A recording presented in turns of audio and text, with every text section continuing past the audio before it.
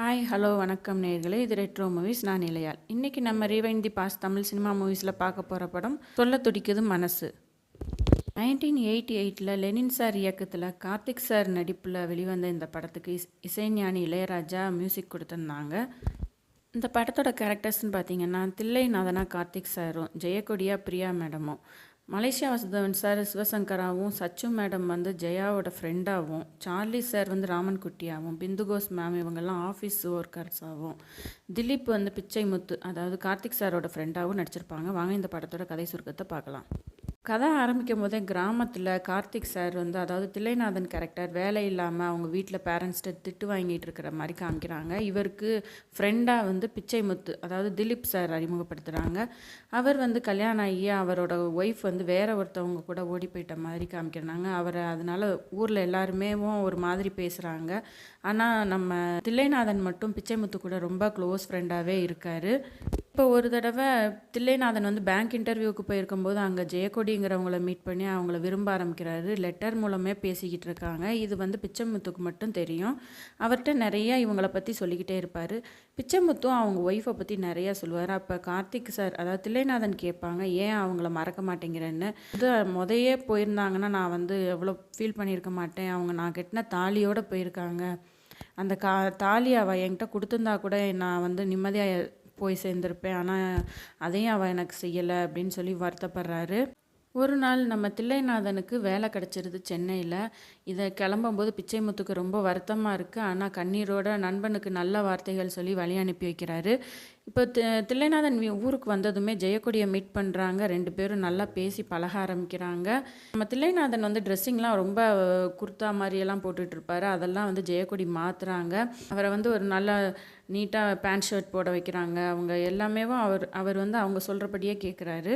நேரம் ஜெயக்கொடின்னு அவங்க பின்னாடியே தெரிகிறாரு. அவங்க அம்மாட்டையும் கூட்டு போய் ஜெயக்கொடி வந்து இன்ட்ரொடியூஸ் பண்ணி வச்சு அவங்க கல்யாணத்துக்கும் சம்மதம் வாங்கிடுறாங்க. இப்போது இவர் கல்யாணம் பேச்செடுத்தோடனே வீடு பார்க்க ஆரம்பித்து ஒரு வீட்டுக்கு குடி போகிறாரு நம்ம தில்லைநாதன். அங்கே போனதுமே அங்கே ஒரு தேன்மொழிங்கிற ஒரு பொண்ணு இருந்ததாகவும் அவங்க வந்து நிறையா பேர் கூட பழக்கம் இருந்ததாகவும் அதாவது அவங்கள ஒரு தாசியாக காமிக்கிறாங்க. ஆனால் நல்லவங்களாகவும் காமிக்கிறாங்க. ஒருத்தராக தேடி தேடி வீட்டுக்கு வர்றாங்க. அவங்க எல்லாருமே தேன்மொழியை பற்றி ரொம்ப நல்ல விதமாக பேசுகிறாங்க. தில்லைநாதனுக்கு ஒரு 3 பேர் வந்து ஃபேவரட். அதாவது அவரோட வாழ்க்கைக்கே முன்னுதாரணமாக அவங்கள வச்சுக்கிட்டு இருப்பார். ஒரு எழுத்தாளர், ஒரு அரசியல்வாதி, ஒரு பாடகர். இப்படி 3 பேரையும் ஒரு தன்னோட வாழ்க்கையிலே முக்கியமான ஆளுகளாக நினைப்பார். இருக்கும்போது அவங்க ஒவ்வொரு நாளும் ஒவ்வொருத்தர் அவங்க ஃபேவரட்டான பர்சன்ஸ் வீட்டுக்கு வர்றாங்க. அவருக்கே நம்ப முடியல. ஏன்னா அவங்களாம் ரொம்ப பிரபலமானவங்க. அதில் ஒருத்தவங்க மலேசியா வாசுதேவன் சார் சிவசங்கரா நடிச்சிருப்பார், பாடகர். அவரும் வந்து தேன்மொழியை பற்றி ரொம்ப நல்ல விதமாக சொல்கிறாரு. அதே மாதிரி அவரோட அரசியல்வாதி ஃபேவரட் பர்சனும் வீட்டுக்கு வர்றாங்க. அவங்களும் தேன்மொழியை பற்றி நல்ல விதமாக சொல்கிறாங்க. இப்படியே அவர் மீட் பண்ணணும்னு நினச்சா அந்த 3 பேருமே வீட்டுக்கு வர்றாங்க. 3 பேருமே தேன்மொழியை பற்றியே பேசுகிறாங்க.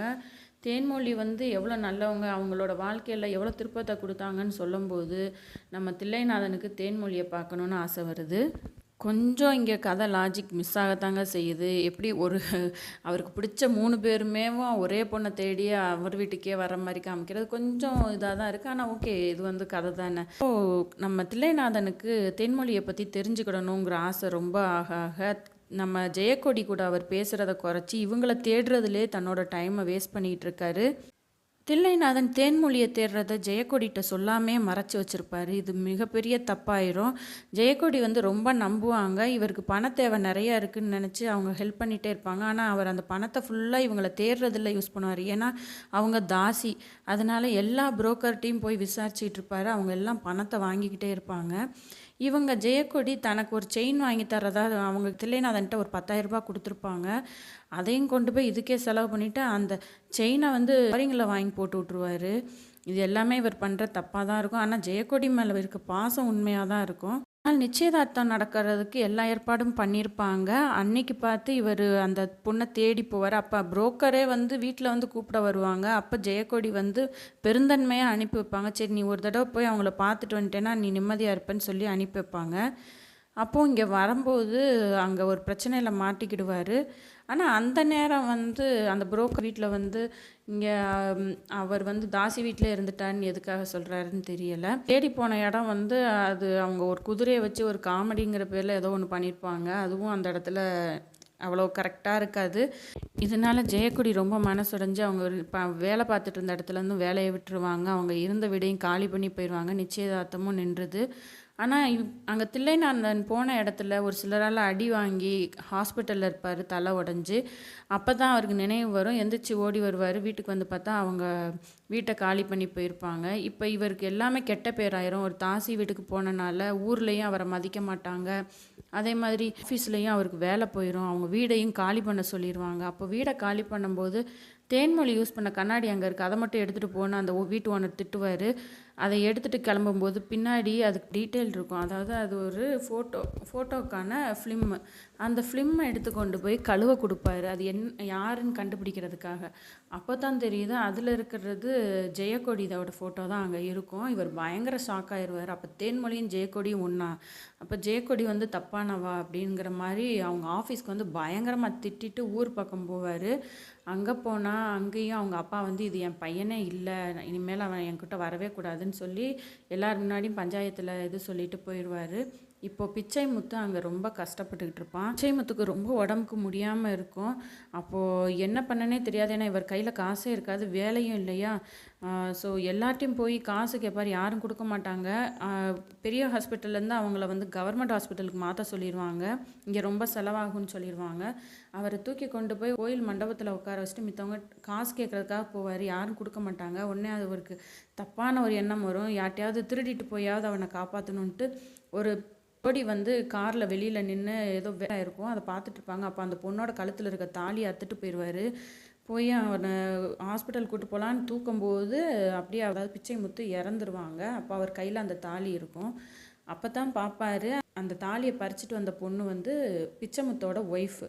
மொத்தம் அவர் இறக்கும்போது தான் அவங்க ஒய்ஃப் வந்து அங்கே நிற்கிறாங்க. அந்த பொண்ணு சொல்லுது, எனக்கு தெரியாது இவர் என் நினப்பிலே இருக்காருன்னு. எனக்கு கட்டாயப்படுத்தி தான் எங்கள் வீட்டில் கல்யாணம் முடிச்சு வச்சாங்க. ஆனால் நான் வந்து தற்கொலை பண்ணிக்கலான்னு தான் வெளியில் போனேன். அப்போ என்னை காதலிச்சவர் என்னை பார்த்து என்னை கூட்டு போய் நல்ல வாழ்க்கை கொடுத்தாரு. நான் வந்து இவரை வந்து நினைக்கவே இல்லை, நான் செஞ்சது தப்பு தான் ரொம்ப அழுகுது. அப்போது அந்த பொண்ணோட ஹஸ்பண்ட் சொல்கிறாரு, ஒய்ஃபோட அந்த ஹஸ்பண்ட் வந்து இவ்வளோ கஷ்டப்பட்டு இறந்துருக்காரு, நீங்கள் அவரோட உயிர் நண்பன் சொல்கிறீங்க, உங்களுக்கு நான் ஹெல்ப் பண்ணுறேன், உங்களுக்கு நான் வேலை வாங்கி தரேன்னு சொல்லி கூப்பிட்டு போகிறாரு. இப்போது நம்ம தில்லைநாதன் நல்ல வேலையில் இருக்கார்.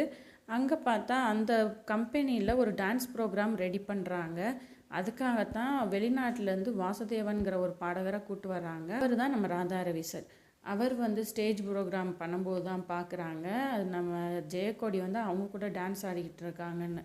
இப்போது நம்ம தில்லைநாதனுக்கு ரொம்ப டென்ஷன் ஆகி மேக்கப் ரூம் போய் அங்கே ஜெயக்கொடியை பார்த்து சத்தம் போடுறாரு, என் வாழ்க்கையை இப்படி நாசம் பண்ணிட்டியே, இப்படி எத்தனை பேர் கூட தான் நீ இருந்திருக்கு அப்படின்னு சொல்லி கேட்கும்போது உங்களை கத்தியை வச்சும் குத்த போகிறாரு. அது தெரியாமல் தில்லைநாதன் வயிற்றுலேயே குத்திடுது. இப்போ ஹாஸ்பிட்டலில் அட்மிட் ஆகிருக்கார் தில்லைநாதன். இப்போ தான் வாசுதேவன் அதாவது ராதாரவி கேரக்டர் வந்து அவருக்கு எக்ஸ்பிளைன் பண்ணுறாரு. ஆமாம், இவங்க வந்து ஜெயக்கொடி கிடையாது, தேன்மொழி. இவங்க வந்து தாசியாக இருந்தவங்க தான். இவங்க மேலே ஒரு பிரியமாக இருந்த ஒரு பையனோட வாழ்க்கைக்காக இவங்க என்கிட்ட வந்தாங்க. அதை தெரிஞ்சுக்கிட்ட அந்த பையன் வந்து சூசைட் பண்ணிக்கிட்டான். அப்போது வந்து அந்த பையன் சொன்ன வார்த்தைகள் என்னை வந்து ரொம்ப திங்க் பண்ண வச்சிச்சு. அதனால நான் வந்து இவங்களை என்னோடய மனைவியாக ஏற்றுக்கிட்டேன் அப்படின்னு சொல்லிட்டு இங்கே வந்து தப்பாக புரிஞ்சிருக்கீங்கன்னு சொல்கிறாங்க. ஆனால் நம்ம ராஜனுக்கு எதையுமே அக்செப்ட் பண்ணிக்கிட முடியல, குழப்பத்திலே இருக்கார். அப்போது அவருக்கு ரத்த குறைவாக இருக்கனால ரத்தம் ஏற்றணும்னு டாக்டர் சொல்கிறாங்க. ஆனால் அந்த குரூப் வந்து ரேர் குரூப்புங்கிறனால டிவிலெலாம் ஒளிபரப்பு பண்ணுறாங்க. அதை கேட்டுட்டு ஜெயக்கொடி வந்து ரத்தம் கொடுக்க வராங்க. இதில் இன்னொரு இது என்னென்னா, ஜெயக்கொடிக்கு வந்து தில்லைநாதன் தெரியாது, சும்மா ரத்தம் கொடுக்க வர்றாங்க. எல்லாமே எப்படி கோயின்சிடெண்ட்டாக எல்லாருமே அவங்கவுங்களே வர்றாங்கன்னு தெரியல. இதெல்லாம் கொஞ்சம் லேகிங்காக தான் இருக்குது கதையில். பார்க்கும்போது தான் அது தில்லைநாதன் தெரிஞ்சோடனே ரத்தம் கொடுக்க மாட்டேன்னு கிளம்புறவங்க முன்னாடி ஜெயக்கொடி வந்து நிற்கிறாங்க. அப்போ தான் தெரியுது ரெண்டு பேரும் ஒரே மாதிரி இருக்காங்கன்னு. தேன்மொழியும் ஜெயக்கொடியும் ஒரே மாதிரி இருக்காங்க. இதை பார்க்குற வாசுதேவனுக்கே ரொம்ப அதிர்ச்சியாக இருக்குது. அப்புறம் தான் புரியுது எதனால் இந்த மிஸ் அண்டர்ஸ்டாண்டிங் வந்துச்சுன்னு. அப்புறம் நினைவுக்கு வர்ற தில்லைநாதன்கிட்ட இவங்க ரெண்டு பேரும் இன்ட்ரடியூஸ் பண்ணி வைக்கவும் தில்லைநாதனுக்கும் நிம்மதியாக இருக்குது. அப்போ வந்து நம்ம ஜெயக்கொடி வந்து நம்மளை மட்டும்தான் விரும்பியிருக்காங்க அப்படின்னு நினைக்கிறாங்க. தேன்மொழி மேலே இருக்கிற மதிப்பும் குறையலை. அவங்களோட நல்ல எண்ணங்களை இவர் புரிஞ்சுக்கிறாரு. அவங்க 2 பேரும் இவங்கள நல்லா இருங்கன்னு வாழ்த்திட்டு கிளம்பிடுறாங்க. இப்போ தில்லைநாதனும் நம்ம ஜெயக்கொடியும் நல்ல விதமாக வாழ்க்கையை தொடங்குறாங்க. இப்படி தான் இந்த படம் நல்ல விதமாக முடியுதுங்க.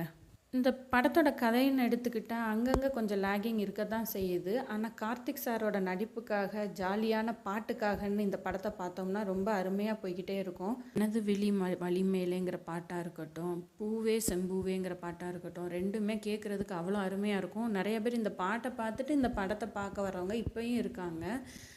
ரொம்ப அருமையான படங்க, ஒரு தடவை பார்க்கலாம். இதோட இந்த எபிசோடை முடிச்சுக்கிறேன். அடுத்த எபிசோடில் இன்னும் நம்ம மனசை கவர்ந்த சில படங்களை பற்றி நம்ம பார்க்கலாம். நன்றி, வணக்கம்.